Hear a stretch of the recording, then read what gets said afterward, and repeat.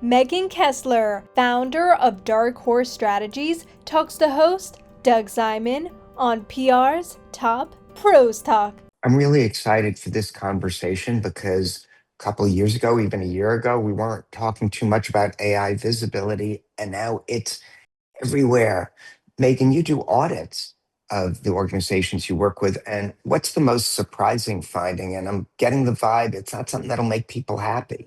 It certainly isn't, Doug. Unfortunately, the most surprising finding from my perspective was that most of the brands that we looked at were at less than 5% visibility in AI answers, which basically means that of all the queries that we looked at, they only appeared in about 5% of responses.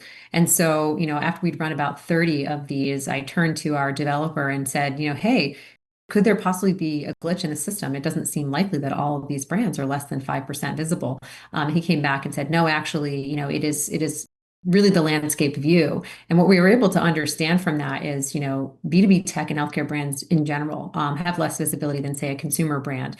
Market leaders tend to have higher visibility than some of these, and even secondary or tertiary brands in these sectors. But at the end of the day, it really is a game of just establishing presence at all. And that's really, been an interesting finding and something that creates opportunity for firms like ours, but also, is something that we have to quickly scale in order to make an impact. Yeah, and you work quite a bit in the B2B space, and we're seeing and hearing from all the data that we've been viewing in conferences that B2B, it's almost more important because for B2B purchases, there's an increased likelihood that they are using a large language model to try and get information. So, what are you seeing in terms of the trends that help your clients, brands, organizations become more discoverable with the LLMs? We sort of came about this by reverse engineering a couple questions that we thought we could answer. So, obviously the goal here is to figure out how to make brands discoverable in these LLMs.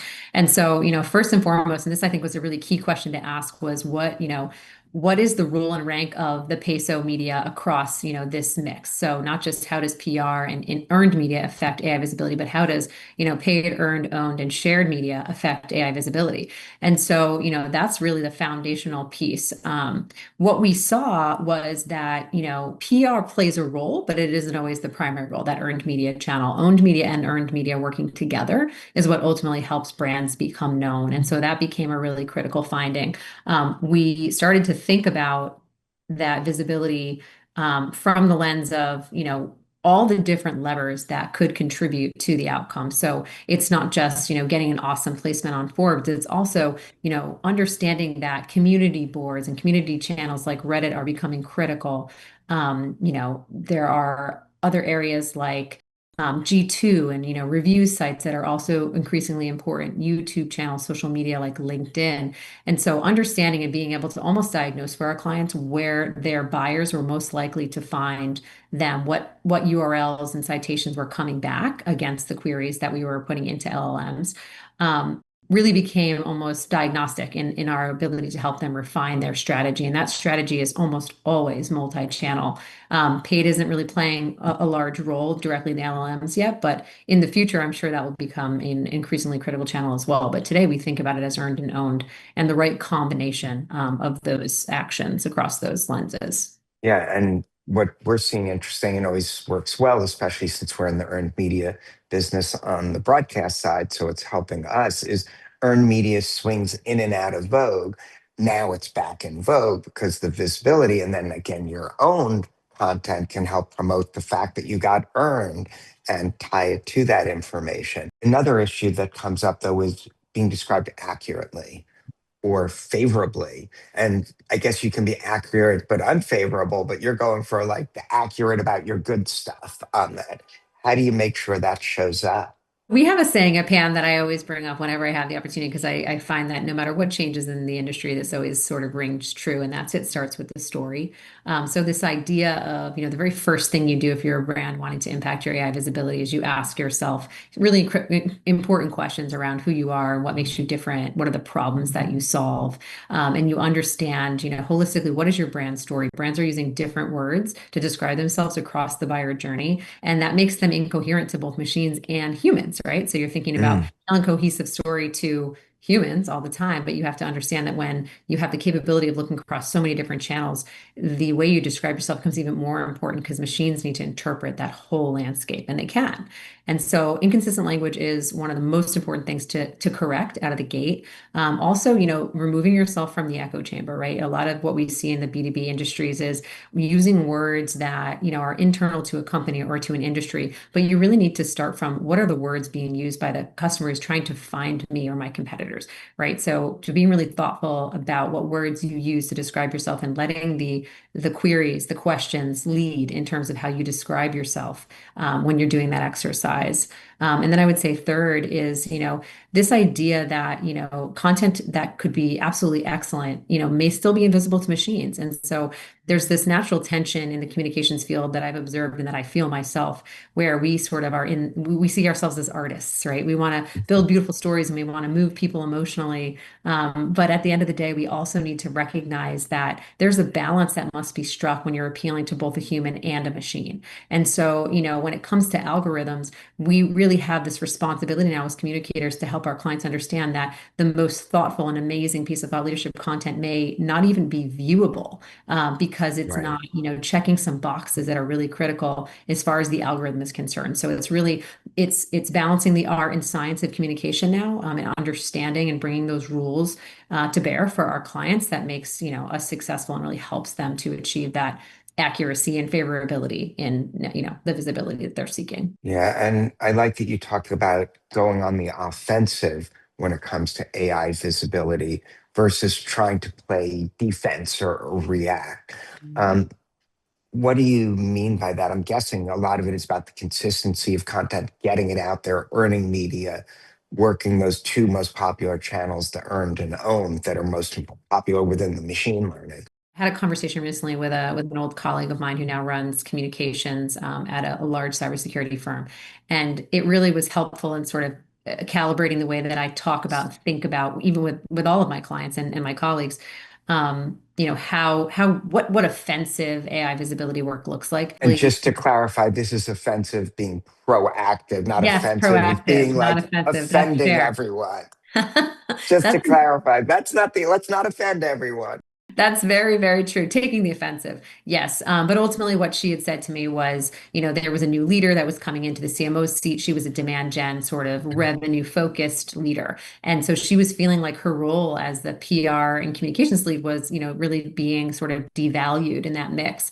And so I said to her, we have to really rethink the way that we think about the job of a communications person in any firm and in any industry. And it's really like you are the keeper of credibility channels. So you start to think about Mm. credibility as a lens. It's not necessarily what that credibility opportunity, shows itself. Oftentimes we would traditionally think of ourselves as, yes, it's the earned channels. We bring the customer and the proof and the stories to those earned channels. But now it's about identifying all of the areas where credibility plays a role. So that's the review sites, that's, the accurate and realistic responses that are coming back in a Reddit thread. That is,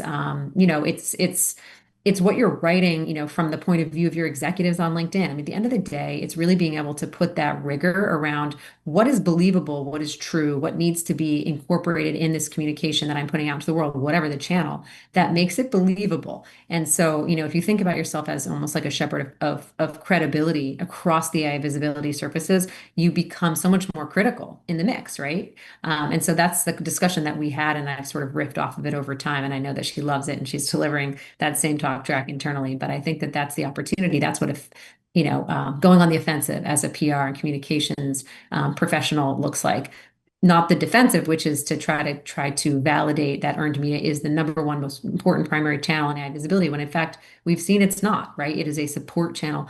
Owned and earned together is what makes it work, not one or the other. Right. They have the multiplier effects on each other. And, obviously I've been thinking back and forward, given that the company's approaching its 40th anniversary. And that time, even in New York, I had to walk through snow a mile, even during the middle of summer. So I don't go down there. But I was trying to look at, what stayed the same. And one of the things that I came across, and you touched on this in an earlier answer, is brands know their answers to stuff, but it's always been about figuring out what are the questions people are asking on that, almost like the game of Jeopardy. If you're Hmm. thinking like, do you know the questions? And if you can figure out what the questions are, that's going to put you in a better position to actually be answering them and having more AI visibility. And, you know, now from your perspective, there's so many more tools that help you identify what the questions most probably are on that. How Yeah. is that playing into this whole sort of strategy that you're putting together for clients? So, we really back into building very custom AI audits for clients that are leading. And we look at both the client and we also look at core competitors.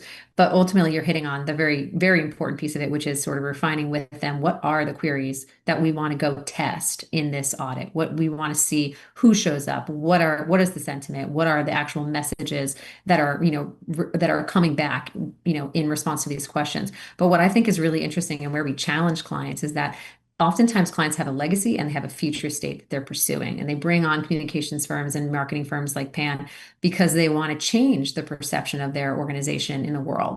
And when it comes to AI, a lot of what is being, funneled into the system is actually legacy messaging and positioning, right? Legacy lists and things that they've been included on over time.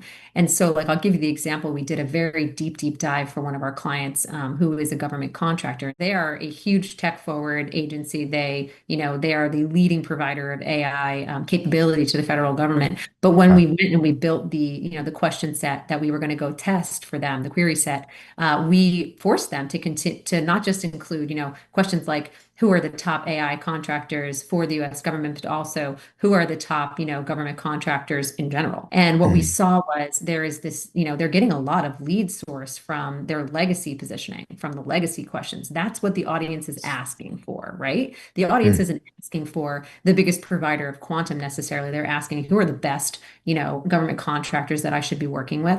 And so that's where we start to see a little bit of resistance from a communications team with very specific directives to position the company for the future state. But there's a balance required where we have to acknowledge that, the core and the legacy of a brand is still driving a lot of lead source, to the website and to, back to the company. So how do you protect some of that, maybe reinvest in the best of that, and then start building new and putting new inputs into AI to start to change that narrative around the company? It's required that you recognize and you sort of treat both. It's like when you introduce a new product, right? You can't ignore your core product. You still need to fund that, right. but you also have the new product that you need to support. So, it's a sort of bifurcated strategy, but that's a really critical part and very surprising to a lot of comms teams. For the people and the machines that are watching and consuming this content, they're both going to be impressed. Thanks so much for joining us. Thank you.